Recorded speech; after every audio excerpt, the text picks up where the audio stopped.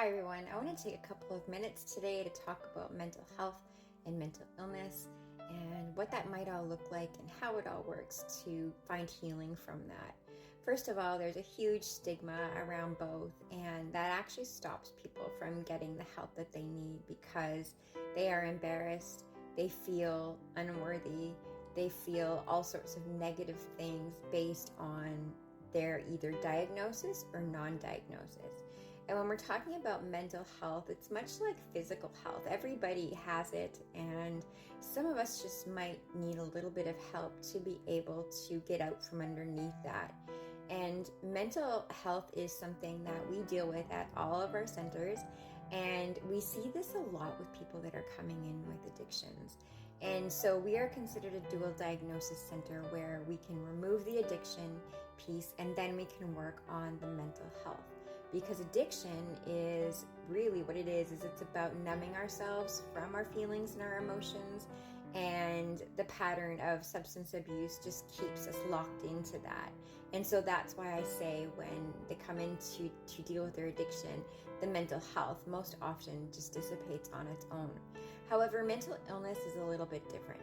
Mental illness can be brought on by genetics, it can be brought on by trauma, it can be brought on by a number of different things. And when we're talking about mental illness, we're actually talking about something that's been diagnosed, like anxiety disorder, like post-traumatic stress disorder, like mood disorders, for example, borderline personality disorder, and eating disorders.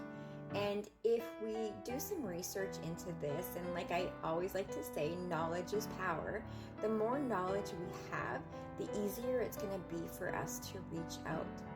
One of the main questions that I get from people when it comes to mental health is, do we have a psychiatrist on staff at our facilities? And the answer to that is no. And the reason is because psychiatrists, as great as they may be for some people, they are definitely not great for everybody. Psychiatrists and doctors actually take very little when it comes to their actual education for their field on addiction and mental health. However, they really are very good at prescribing medications.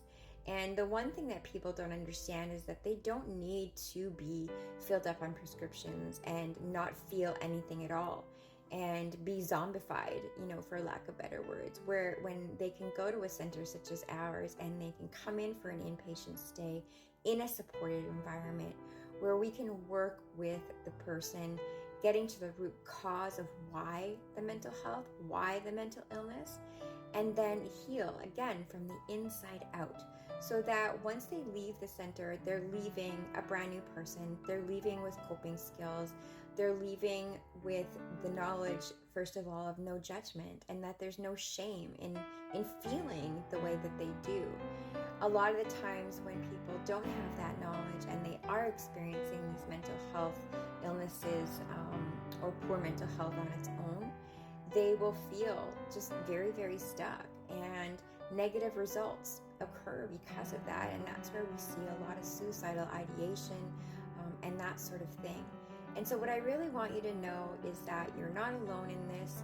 Please pick up the phone and call myself or anyone that works at Valiant Recovery so that we can explain to you how this all works, and that there is no need for shame.